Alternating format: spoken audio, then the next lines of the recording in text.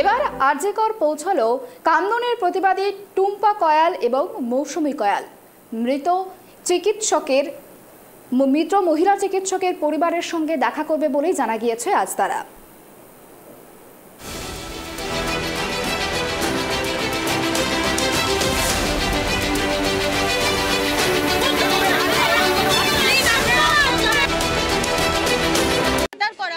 তো এর মতো লজ্জাজনক আর ঘৃণাজনক মনে হয় না যে হয়েছে কোনো কিছু।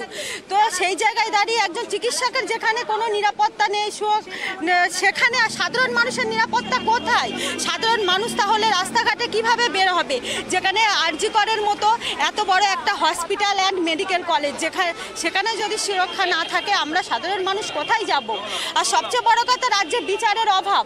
রাজ্যে যদি বিচার হতো, রেফের বিচার পেত, তাহলে হচ্ছে এতদিনে মনে হয় না রেফটা বাড়তো, বা আমার মনে হয় এতদিনে কমে যেত। তার বিচারের অবস্থা আমরা চাই যে আমরা অবশ্যই চাইবো যে বাবা মা তার সন্তানকে হারালো সেই পরিবার যেন জাস্টিস মেলে এবং সিবিআই তদন্ত হোক। এখানে সিআইডি কিছু করবে না, জাস্ট সিআইডি ব্রেন ওয়াশ করার জন্য এখানে আছে, তাছাড়া কিছু নয়। আমরা চাই সিবিআই তদন্ত হোক এবং যে দোষী,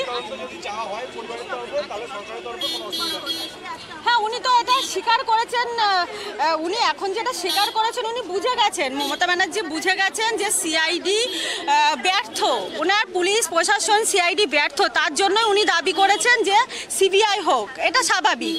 এই এই এই স্বীকারটা যদি উনি অনেক আগে করতেন তাহলে মনে হয় বিচারগুলো হতো। আজকে আপনারা কি কর্মসূচি রেখেছেন? আমরা এখান থেকে মেয়েটার বাড়িতে যাব, যে ওর বাবার সাথে আমাদের কথা হয়েছে, উনিও খুব কান্নাকান্নি করছিলেন। ওখান থেকে আমরা জ্বালাটা বুঝি, আমরা কামনের নির্যাতিতার পরিবার, তো আমরা জ্বালাটা বুঝি। ওনারও একজনকে এই মুহূর্তে আপনাদের কি স্ট্যান্ড পয়েন্ট রয়েছে? এই মুহূর্তে আমরা চাইবো এখানে কোনো রাজনৈতিক রং যেন না লাগে।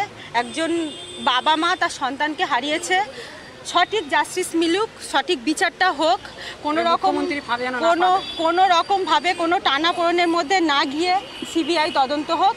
এবং আমার মনে হয় যে একজন রেফ করেনি, কারণ ওই রোগা মতো একটা ছেলে যাকে আমরা সংবাদ মাধ্যমে দেখলাম, যে একজন ছেলে যে তাকে মার্ডার করেছে, তাকে রেফ করেছে, এতক্ষণ ধরে 3:30 4টে পর্যন্ত রুমের মধ্যে ছিল, একার পক্ষে সম্ভব নয়। এর পিছনে কারা আছে না আছে তার তদন্ত হোক, এটাই চাইবো। এবং যে পুলিশ, যে হসপিটাল সুপার, যে প্রিন্সিপাল আছে, এদেরকে ইমিডিয়েটলি পদত্যাগ করা উচিত বা এখান থেকে তাদেরকে সরিয়ে দেওয়া উচিত। কারণ প্রিন্সিপালের যে ভূমিকা আমরা আগেও দেখে এসেছি, যে ওনাকে অনেকবার ট্রান্সফার করা হয়েছিল, বাট আবার ফিরিয়ে আসা হয়েছে আরজিকরে। বারবার প্রিন্সিপাল ভুল করে, আবার বারবার তাকে ফিরিয়ে কেন নিয়ে আসা হয়? মমতা ব্যানার্জি কেন বারবার তাকে ফিরিয়ে নিয়ে আসে? এর পিছনে কোন স্বার্থ আছে সেটা আমাদেরকে দেখতে হবে। তাই এই প্রিন্সিপালকে সরানো উচিত এবং এখানে যে সুপার আছে সুপারকে সরানো উচিত। স্বাস্থ্যমন্ত্রী যদি এই বিষয়ে না দেখেন তাহলে স্বাস্থ্যমন্ত্রীর অবশ্যই পদত্যাগ করা উচিত। কারণ হসপিটালের শুধু আজ আরজিকর বলে নাই, বিভিন্ন সব রকম হসপিটালে যেখানে চেঞ্জিং রুম নেই, যেখানে বসার জায়গা নেই, যেখানে ভালো চিকিৎসা হয় না, সব জায়গায় কিন্তু অথচ বলা হয় সবসময় যে হসপিটালে এখন সরকারি হসপিটাল, চিকিৎসা ভালো, সরকারি হসপিটালে সব রকম প্রশিক্ষণ, সব রকম সুযোগ সুবিধা দেওয়া হচ্ছে। অথচ দেখুন পেশেন্টরা কীভাবে বাইরে বসে আছে দিনের পর দিন, তাদের পরিবারের পেশেন্টরা হসপিটালে পড়ে আছে, চিকিৎসা হচ্ছে না, ডাক্তার নেই, তারা সরকারি ডাক্তাররা তারা বাইরে বিভিন্ন জায়গায় হসপিটাল খুলে, নার্সিংহোম খুলে বসে আছে। অথচ এখানে এইভাবে সাধারণ মানুষকে হেনস্থা করা হয়। এই জায়গায় দাঁড়িয়ে স্বাস্থ্যমন্ত্রীর অবশ্যই সচেতন হওয়া উচিত। পরিবারের কাছে যাচ্ছে, সঙ্গে কামদুনি নির্যাতিতার পরিবারও যাচ্ছে, সেখানে একজনকে গ্রেফতার করা হয়েছে, দুজনকে সাসপেন্ড করা হয়েছে। তাদেরকে আপনারা খুশি? দেখুন এটা তো একজনের সাথে এখানে হতে পারে, এর সাথে আরো অনেক বড় বড় মাথা আছে, এর সাথে জড়িত আছে। এখানে আমরা চাই সঠিক ইনভেস্টিগেশন হোক এবং সেটা হচ্ছে সেন্ট্রাল এজেন্সির দ্বারা হোক। এখানে কি বলুন তো, আমাদের রাজ্যে কোনো ঘটনা না ঘটলে কিন্তু কেউ সচেতন হন না, সেটা প্রশাসন বলো, আমাদের মাননীয় মমতা বন্দ্যোপাধ্যায় বলুন, কেউই সচেতন হন না। যখন কোনো ঘটনা ঘটে তারপরেই সবাই সচেতন হয় যে না ঘটনাটা ঘটেছে, দেখতে হবে। তো সেই জায়গায় দাঁড়িয়ে সিসিটিভি ছিল কি ছিল না, সেখানে এখন হঠাৎ সিসিটিভি লাগানো শুরু হয়ে গেল।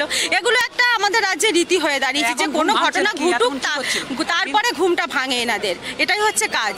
কিন্তু ঘুম ভাঙানোর আগে সাধারণ মানুষ এবং ছাত্ররা তারা দেখিয়ে দেবে যে ঘুম কাকে বলে।